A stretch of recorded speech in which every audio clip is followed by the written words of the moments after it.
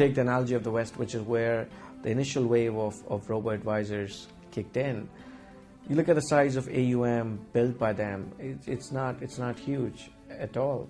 I think that's the first hardcore data point we just need to be conscious of. I think the second thing is many of the incumbents have actually built their own robo-advisors. You know, the wave started with robo-advisors saying, I exist and I can do something, to then large incumbents saying, can we partner with the robo-advisors, to now many of the large incumbents either buying the robo-advisors or building their own.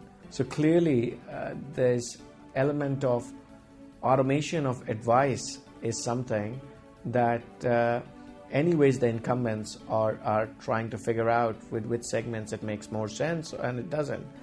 But at the moment, the big winners are still the large big incumbents in at least that's what we saw in the West. And again, if you look at the Far East, I mean, you take China out of the equation, you don't necessarily see any big dents in the market.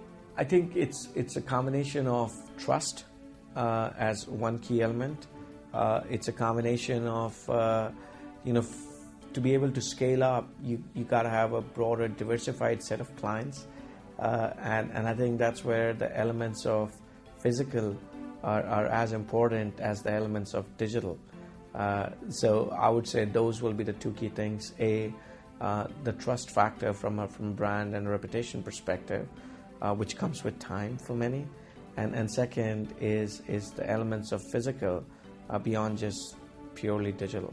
I think there's a nice story there, because at the end of the day, as if you look at the productivity of the financial advisors, a lot of their time is spent in many organizations on non-client facing work.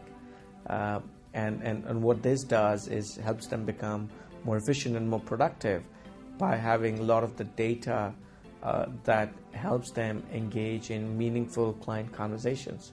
And I think it just helps them become more productive at the end of the day with the usage of the various robo-advisors.